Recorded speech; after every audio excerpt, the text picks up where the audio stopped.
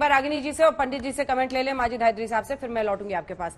रागिनी जी, सरकार किस तरह से हैंडल कर रही है डिप्लोमेटिकली, क्योंकि हमारे कई लोग हैं वहां पर, जो इंफ्रास्ट्रक्चर का काम हो रहा था, हमारे वर्कर्स वहां पर है, डिप्लोमेटिकली हैंडल करना ताकि वहां पर परेशानी ना हो उन लोगों को, अलग बात है, लेकिन यहां पर आकर उस सरकार की प्रशंसा करना जिसमें आतंकियों की पूरी फौज है, क्या कांग्रेस पार्टी से गलत मानती है?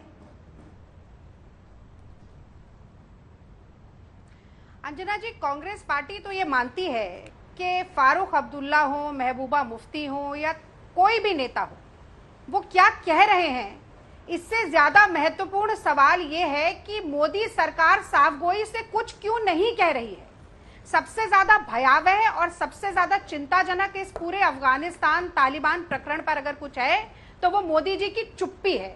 और मैं समझती हूं कि भाजपा के प्रवक्ता जो आज यहां बैठे हैं और तमाम चैनल्स पर भी जाएंगे, और मोदी सरकार को विपक्ष के नेताओं के बयान की बाल की खाल निकालने का अधिकार तब होगा जब स्पष्ट रूप से देश की जनता को यह बताएं कि जो भारतीय अफगानिस्तान में फंसे हुए हैं उनकी तत्कालीन परिस्थिति का क्या आकलन है, उनको वापस लाने के लिए क्या स्ट्रैटेजिक प्लान है।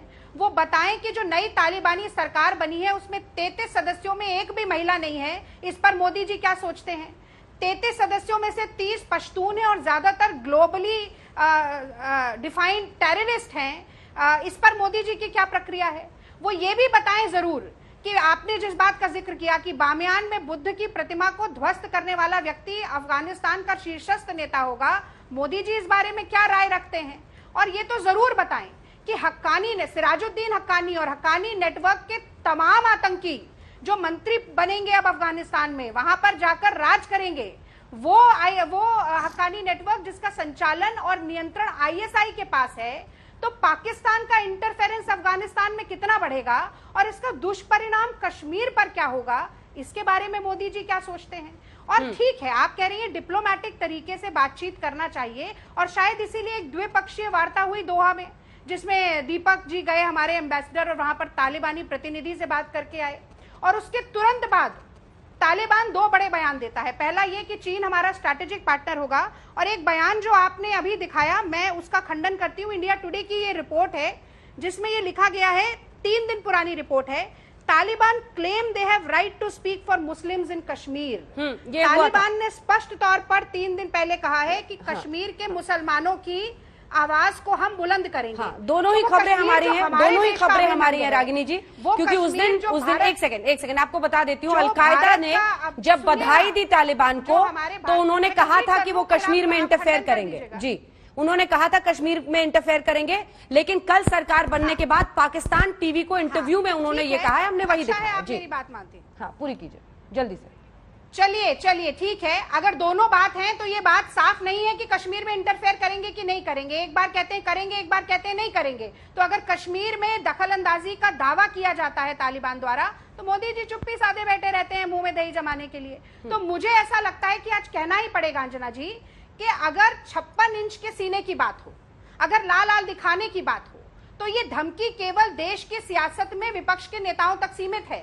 जब उन मुल्कों की बात आती है जो हमारे देश में घुसपैठ करते हैं, आतंकी गतिविधि करते हैं, हमारे देश के निर्दोष लोगों की जान लेते हैं, भारत मां को लहूलुहान करते हैं, तो ये 56 इंच का सीना सिकुड़ कर, ठीक है, जवाब दीजिए डॉक्टर संबित पात्रा, फिर मैं जाऊंगी। ये सारे प्रश्न हैं जिनका मैं जवाब चाहती हूँ। एक सवाल और जोड़ दूं 10 सेकंड में। आपने इस्लामिक और शरिया पर बहुत ज्यादा यहाँ पर बात की, एक लाइन में कांग्रेस की प्रवक्ता जवाब देंगी, पर एक बात मैं जरूर कहना चाहती हूँ कि उस मिडिल ईस्ट में, उस सऊदी अरब में भी शरिया लॉ होता है, जहां पर मोदी जी जाकर राजकुमार के साथ गलबैया होते हैं, जहां पर मस्जिद का दौरा करते हैं, ठीक है, और जहां से बहरीन और यूएई से हाईएस्ट सिविलियन ऑर्डर वापस लेकर आते हैं। तो या तो मोदी जी दोगली राजनीति कर रहे हैं या फिर विपक्ष के नेताओं को जबरन घसीटा जा रहा है विवाद में। चलिए देखिए अंजना जी, मैंने बड़े ध्यान से और धैर्यपूर्वक सुना, मेरी बात सुन ली जाए। मुझे तो लगता है कभी कभी कि कांग्रेस वालों को तालिबान से ज्यादा दिक्कत मोदी जी से है। इतने मिनट तक तो कांग्रेस की प्रवक्ता बोलती रही मोदी जी के मुंह में दही, मोदी जी ऐसे, मोदी जी वैसे, तालिबान के बारे में शायद कुछ बोला ही नहीं। बहरहाल इनका मुख्य प्रश्न था कि मोदी जी कुछ बोलते क्यों नहीं है, कुछ बोलते क्यों नहीं है, कुछ बोलते क्यों नहीं है। कमाल की बात है, कुछ फर्क है कि नहीं अंजना जी मोदी जी और राहुल जी में? एक बोलता ही रहता है, कुछ करता नहीं है, एक बोलते नहीं है, कर देते हैं। यही फर्क है दोनों के बीच में। आप देखिए आर्टिकल 370 के बारे में मोदी जी बोलते नहीं है, बोलते नहीं है, बोलते हो गया, आर्टिकल 370 हट गया तो क्यों हट गया, क्यों हट गया? राम मंदिर कब बनेगा, मोदी जी बोलते नहीं है, डेट बोलते नहीं, हो गया, बन रहा है तो क्यों बना दिया? अरे सीएए के बारे में मोदी जी बोलते नहीं है, बोलते नहीं है, बोलते नहीं है, हो गया, आ गया तो क्यों आ गया सीए? हटाओ सीए, हटाओ सीए। पाकिस्तान के बारे में मोदी जी बोलते नहीं है, मोदी जी बोलते नहीं है, एयर स्ट्राइक कर दिया, सर्जिकल स्ट्राइक कर दिया तो बोल रहे हैं कि अच्छा कहां है, फर्जिकल है ये, तो हमें प्रूफ दिखाओ, कितने कौवे मारे, कितने पेड़ गिराए। मोदी जी और राहुल जी में यही फर्क है, एक कुछ जानता नहीं और केवल बोलता रहता है, तो अफगानिस्तान पर कुछ बड़ा करेगी सरकार और करते हैं, बोलते नहीं। आतंकियों की सरकार पर कुछ बड़ा करेंगे आप लोग? अंजना जी एक रिबटल का मौका दीजिए। अंजना जी सुनिए, अंजना जी आपने मुझसे सवाल पूछा, मैं जवाब देता हूं। अंजना जी इसका जवाब आपने खुद बहुत सोच समझकर सूझबूझ के साथ दिया। आपने कहा हमारे इंफ्रास्ट्रक्चर के वर्कर्स वहां पे हैं, हजारों भारतीय वहां पर हैं। आप क्या चाहती हैं? आप भी जो चाहती है हम भी वही चाहते हैं कि हमारे ये भाई बहन सुरक्षित वापस आ जाए। इंडिया डिप्लोमेटिकली एक्ट करेगा। इंडिया कोई टीवी डिबेट में भाग नहीं ले रहा है कि अभी जाके जवाब दे देना है। ये कैसी बात कह रहे हैं? देखिए, नहीं देखिए, मैं क्यों, दोनों भारतीय हैं, दोनों हम भारत का, दोनों भारत का हित चाहते हैं। आप जो चाहती हैं वो इफराजी चाहती हैं, दोनों पाकिस्तान का हित चाहते हैं। लेकिन आप मैं आऊंगी ब्रेक के बाद। सुशील पंडित जी, इरफान ने जब बोला था तब से आप हाथ उठाए थे, ठीक है? ऐसे मैं आप दोनों से शुरू करूंगी, अगले हिस्से में शुरू करूंगी, प्लीज रुक जाइए। सुशील पंडित जी, इरफान जी जब बोल रही थी आपने हाथ उठाया था। मैंने हाथ इसलिए उठाया था, हालांकि सरकार अपना पक्ष स्वयं रखेगी। जब सरकार ने मेमोरेंडम दिया था तब तालिबान ने सरकार नहीं बनाई थी, तब वहां पर औरतों पर अभी जुल्म शुरू नहीं हुआ था। पिछले एक हफ्ते में बहुत पानी बह गया है काबुल दरिया में। आपने देखा किस किस तरह के आतंकवादी सरकार में आए हैं। आपने देखा वहां पर औरतों की स्क्रू ड्राइवर से मुंह नोचा जा रहा है, निहत्थी औरतों के ऊपर बर्बरियत की जा रही है। आपने क्या क्या नहीं देखा पिछले एक हफ्ते में। लेकिन आपको अपने पापों पर पर्दा डालने के लिए एक हफ्ता पहले भारत द्वारा की गई उस पहल पर आपत्ति है जिसके तहत आप अपने नागरिकों को सुरक्षित वापस निकाल लेना चाहते हैं, और आप उनको यह सलाह देना चाहते हैं कि आप सरकार का गठन जब करें तो अंतरराष्ट्रीय संवेदनाओं को ध्यान में रखते हुए करें।